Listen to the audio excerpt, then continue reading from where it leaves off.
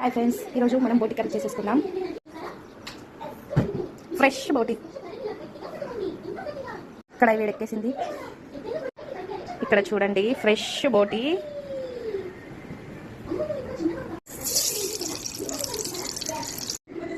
పసుపు, అల్లం, మసాలా, ఆవాలు, జీలకర్ర.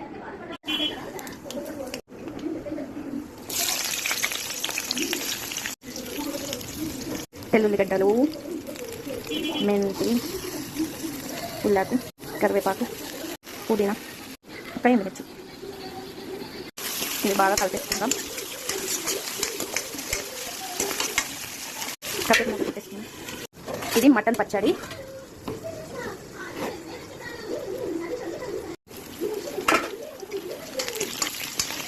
ఇందులో కొంచెం అల్లం వేసేసుకుందాం, కొంచెం పసుపు వేసేసుకుందాం, కొంచెం మసాలా, కొంచెం సాల్ట్ కలిపేసుకుందాం. మొత్తం కలిపేసుకుందాం.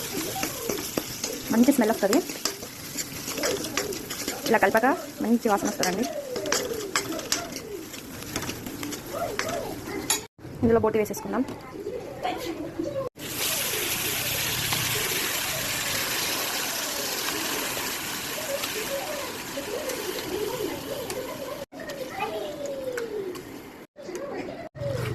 బాగా కలుపుకుందాం.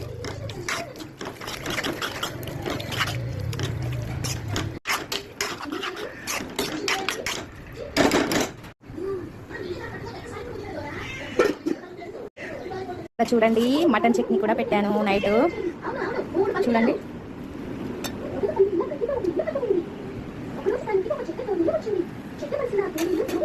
సూపర్ ఉందరా? నచ్చిందా? నైట్ పెట్టాను మటన్ చట్నీ, చాలా బాగుందండి.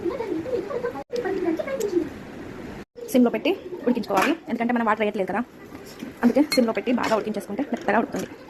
వాటర్ చూడండి ఎలా వచ్చాయో. దీన్ని మొత్తం టోటల్ సిమ్లో పెట్టి ఉడికించుకోవాలి, ఎందుకంటే ముక్క బాగా ఉడుకుతుంది. ఇలా వాటర్ కూడా పోయడం అవసరం లేదు, వాటర్ అవసరం లేదు. గుమగుమలాడే బోటి కర్రీ రెడీ అవుతుంది. నా ఫేవరెట్ తలకాయ బోటి. తలకాయ మమ్మీ వండింది, అక్కడ ఉంది, అక్కడ మా ఇంటి దగ్గర. చూడండి, మమ్మీ మటన్ కర్రీ చేసింది, నేను మటన్ని పచ్చడి పెట్టాను. మమ్మీ తలకాయ కర్రీ చేసింది, నేను బోటి కర్రీ చేశాను. 50% ఉడికేసింది.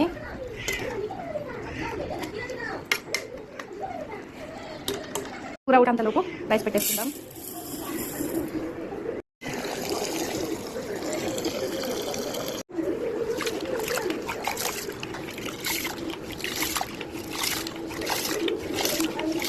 వాటర్ అంపేసుకుందాం.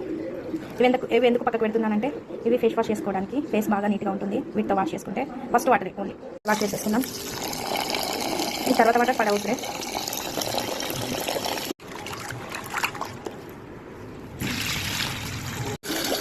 మళ్ళీ ఒకసారి కడిగేస్తే అయిపోయింది. ఈ బియ్యానికి 3 చెంచాల వాటర్ వేసుకోవాలి. 3 అయిపోయాయి. స్టవ్ మీద పెట్టేసుకోవడమే.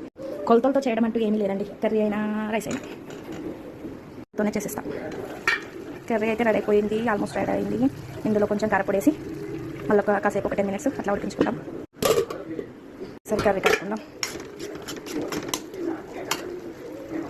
ఇంకొక 10% ఉడికితే సరిపోతుంది. ఇందులో కారపొడి వేసుకుందాం. ఒక గరిట సరిపోతుంది.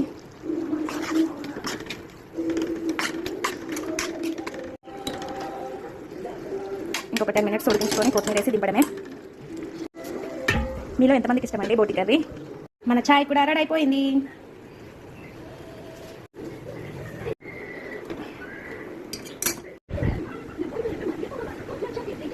సూపర్. డబ్బున్న వాడు ఏ తప్పు చేసిన రాజు అదే డబ్బు.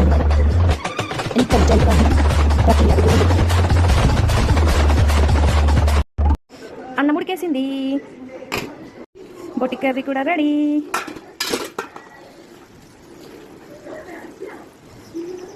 కొత్తిమీర